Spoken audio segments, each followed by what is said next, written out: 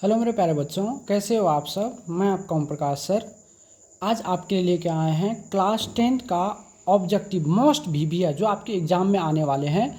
तो बने रहिए हमारे इस यूट्यूब चैनल पे। चलिए हम स्टार्ट करते हैं बाबू। पहला क्वेश्चन है, देखना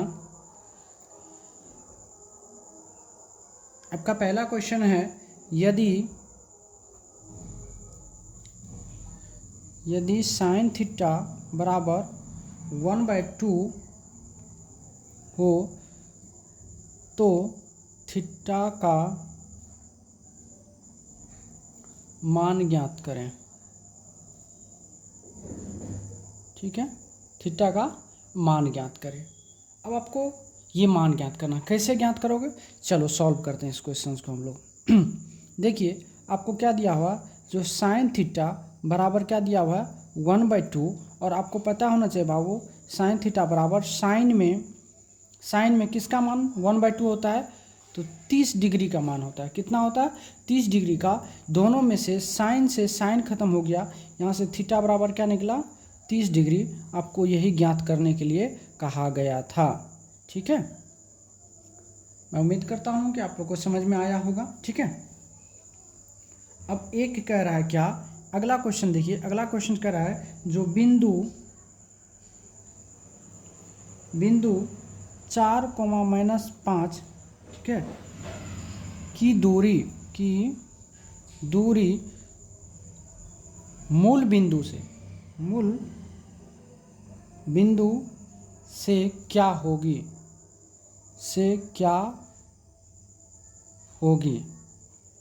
ठीक है, क्या होगी, ये क्वेश्चन आपको कह रहा है।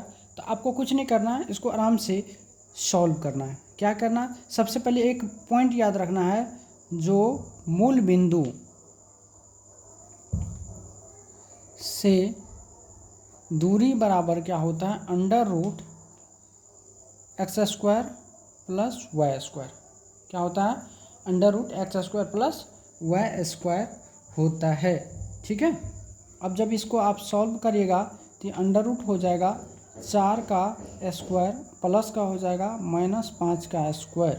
तो होगा √4 चुके हो गया 16 + 5 25, और जब इसको तोड़िएगा तब अंडर रूट होगा 41। ये आपका क्या हो जाएगा, आंसर हो जाएगा। क्या हो जाएगा, आंसर हो जाएगा। ठीक है, तो इस टाइप से क्वेश्चन आपको पूछा जा सकता है। उसके बाद अगला क्वेश्चन हम उठाते हैं बाबू। देखिएगा अगला क्वेश्चन है,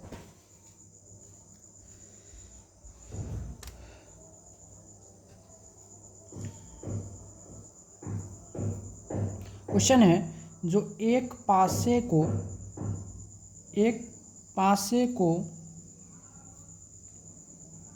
एक बार फेंकने पर 5 आने की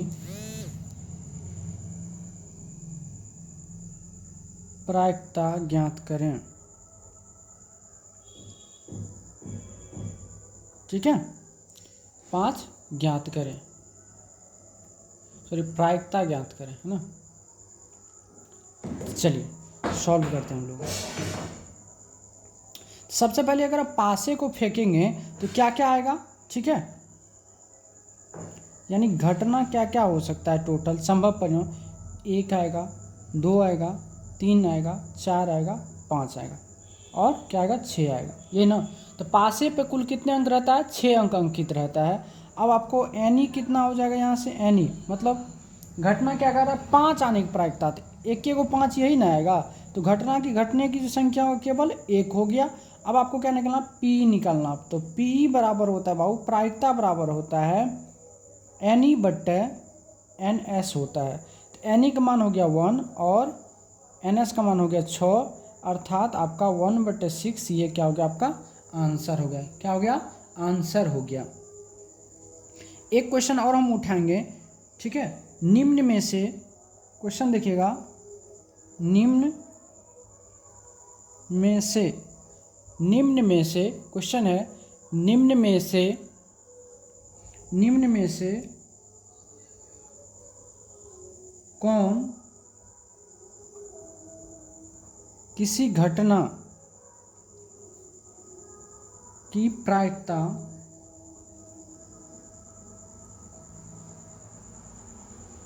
नहीं हो सकती है।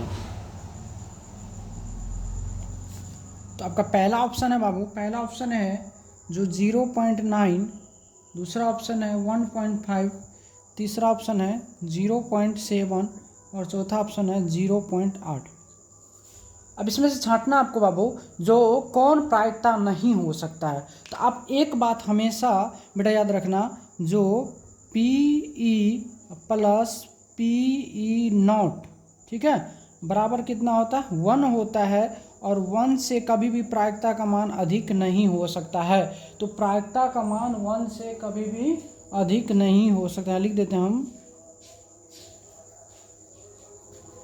प्रायिकता का मान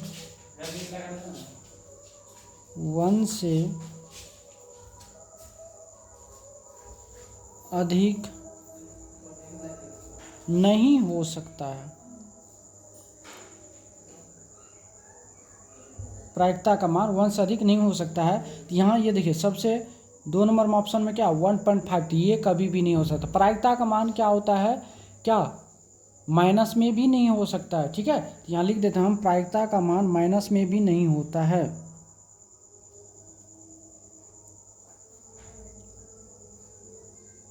प्रायिकता का मान माइनस में भी नहीं हो सकता है।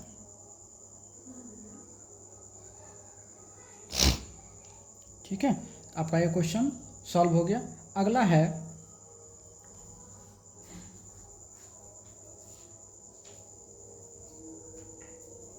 वर्ग अंतराल 10 से 20 का वर्ग चिन्ह ज्ञात करें।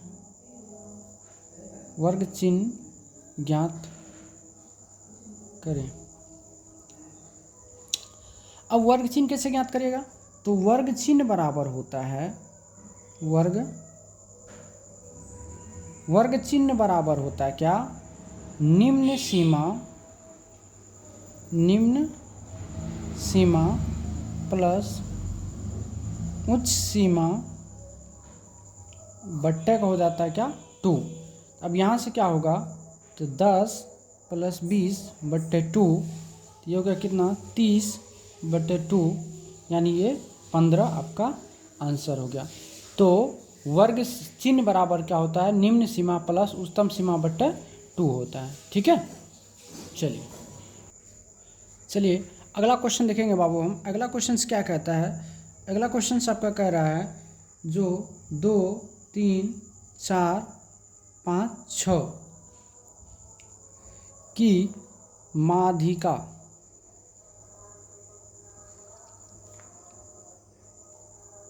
ज्ञात करें। ठीक है, कि माध्यिका ज्ञात करें।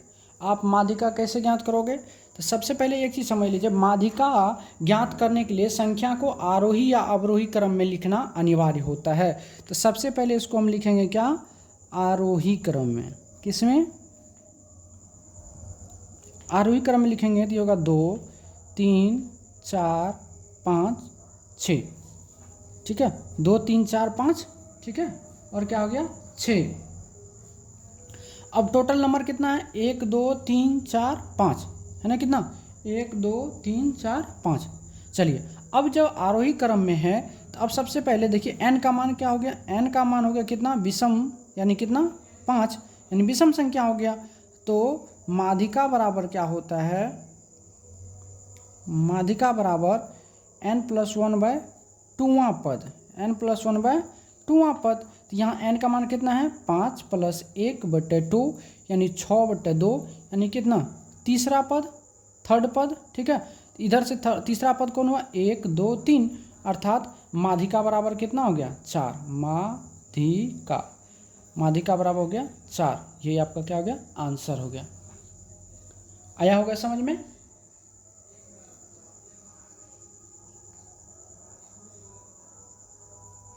अगला क्वेश्चन है बाबू, देखो यहाँ पे अगला क्वेश्चन आपका कह रहा है जो 30 डिग्री कोण वाले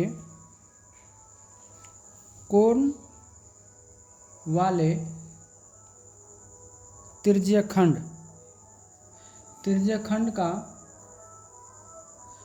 क्षेत्रफल ज्ञात करें यदि त्रिज्या बराबर 8 सेंटीमीटर हो। ठीक है। अब एक चीज बताइए, त्रिज्यीय खंड का क्षेत्रफल क्या होता है? तो इसका जो क्षेत्रफल होता है बाबू वो होता है थीटा बटे 360 गुना पाई आर स्क्वायर। क्या होता है? थीटा बटे 360 गुना पाई आर स्क्वायर। तो यहाँ थीटा का मान है 30 बटे 360 गुना पाई। ठीक है। और आर का मान तो आर ही स्क्वायर है। अब ये 3 से कट गया तो 3 से कितना हो गया? 12, अर्थात ये हो गया आपका पाई आर स्क्वायर बटे 12 वर्ग सेंटीमीटर। यही आपका क्या हो गया? क्षेत्रफल हो गया। याद रहेगा। चलिए अगला क्वेश्चन आपका है, दिख रहा है कि नहीं? चलिए अगला क्वेश्चन है, जो दो वृत्तों की त्रिज्या का अनुपात दो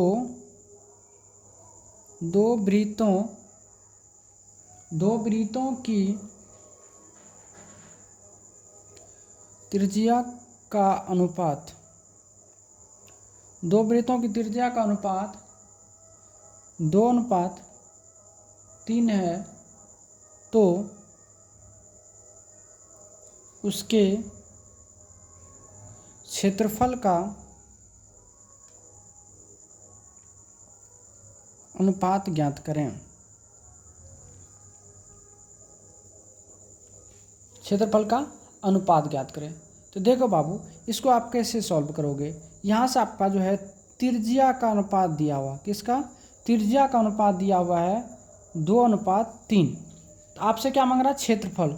आपसे जब क्षेत्रफल का मांग करें, क्षेत्रफल का, तो आपको कुछ नहीं करना है, ये 2 का स्क्वायर कर देना है और 3 का स्क्वायर कर देना है। अर्थात ये हो जाएगा आपको, यानी एरिया का जो रेशियो होगा 4:9, और यही आपका क्या हो गया?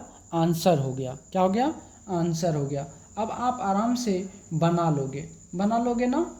अब इसमें अगर क्षेत्रफल का दिया रहे, अब देखो ध्यान से रखना, जब क्षेत्रफल दिया रहेगा तो रूट निकालना। ठीक है।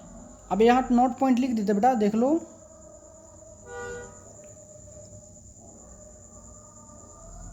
नोट पॉइंट, जब त्रिज्या का अनुपात दिया रहे और क्षेत्रफल का अनुपात मांगे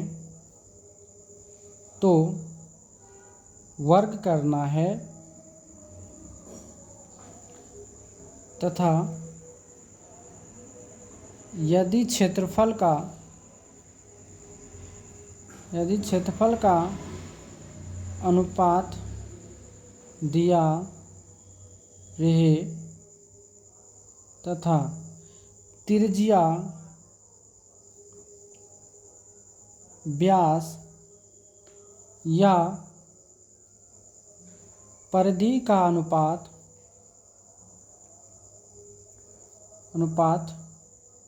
पूछें तो रूट निकालना। ठीक है।